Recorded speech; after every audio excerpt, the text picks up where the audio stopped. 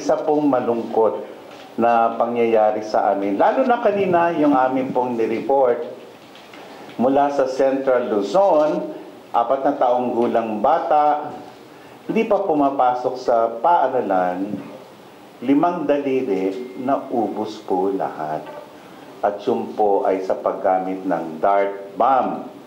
Okay, siya sa atin nyo po yun ay hugis dart, at pag pinakawalan nyo po yun ay ang lakas po kaya tinawag ng tunog, kaya tinawag na dart bomb.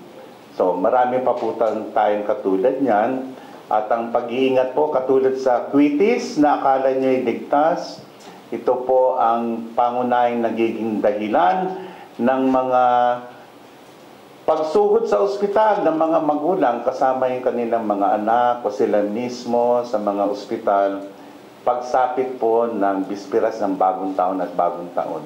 Bigla ang Quitis na po ang number 1. At sa maraming taon po, even before ng pandemya hanggang ngayon, yung boga, yung improvised PVC cannon po, so yan, ginagawa na ng mga kababayan natin.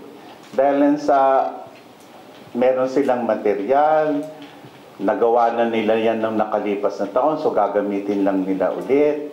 At kami nababahala din sapagkat maliban sa 8 naputulan ng daliri o mga daliri po, hanggang sa ngayon ay marami po sa mga naputukan po ang tinamaan po sa mata. Okay? At kami po ay binabantayan din po ito sapagkat tayo naming mailigay sa listahan na meron pong nabulag dahil lang sa paggamit ng paputok.